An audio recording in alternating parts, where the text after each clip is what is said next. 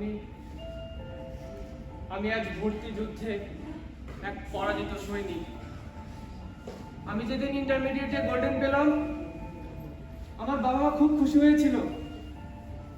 আমি আমি বলেছিলাম ভালো একটা বিশ্ববিদ্যালয়ে চান্স দেখাবো, তারা তারা আমার উপর গর্ব করে বলবে সে আমার ছেলে বুয়েটে পড়ে, ঢাকা বিশ্ববিদ্যালয়ে পড়ে। কিন্তু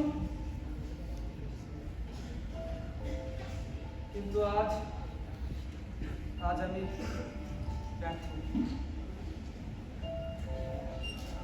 কি অপূর্ব আছিস? কিরে মাসুদ, তুই? আমার তো বুয়েটে হয়ে গেছে ভাই। তাই নাকি? তোর পজিশন কত? আমার এখনো রেজাল্ট দেখেনি রে। ও, তোর পজিশন কত? আরে আমি তো ভেবেছিলাম আমার হবে না, তবু 13তম হয়ে গেছি। আরে ভাই আমি 13তম হই না আমাকে। মিষ্টি তো আপনি ভুলে গেছি, একটু অপেক্ষা কর, আমি নিয়ে আসতেছি। 13তম?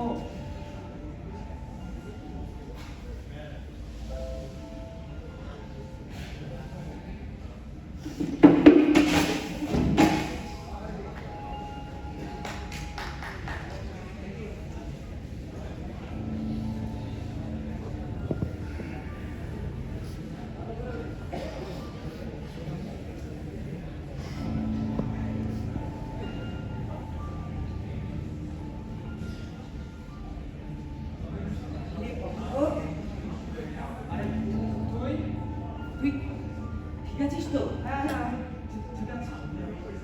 তাহলে এরকম এলোমেলো কেন? ও কিছু না, ও কিছু না। এ নে তোর জন্য মিষ্টি। শোন, আমি ভেবেছি যারা ভালো বিশ্ববিদ্যালয়ে চান্স পাবে তাদের নিয়ে একটা পার্টি করবো। তা তুই তো রেজাল্ট দেখার পর জানিস কিন্তু। আচ্ছা, আমারও মিষ্টি খেতে যেতে হবে, আমি গেলাম।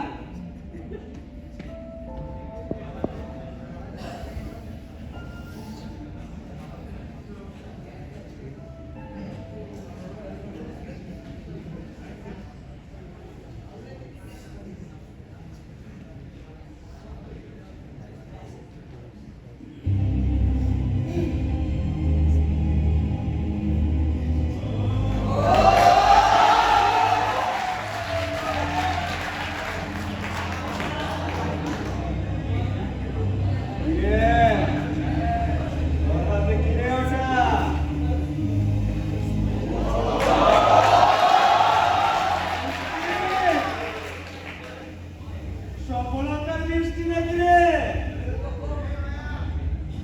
তাই এটা তো তোর হাতে মানায় না,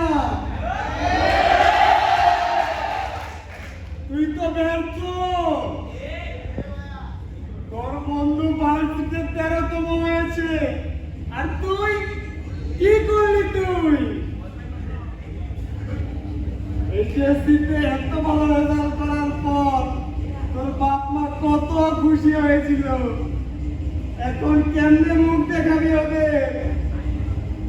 পারবি যেতে ওদের সামনে? পারবি না। তুই ব্যর্থ, তুই জীবন যুদ্ধে হেরে গিয়েছিস। কিন্তু তোর সফলতা আমার কাছে আছে, লাগবে নাকি রে? দেখতে চাস?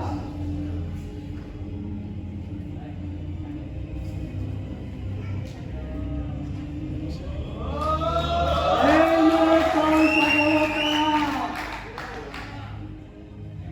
এটি তোর সফলতা। তোর পিছে থেকে কোনো লাভ নেই, এটা গলায় দিবি, ফ্যানের দিয়ে ঝুলে যাবি, সব কষ্ট শেষ। ধর, এটি তোর সফলতা।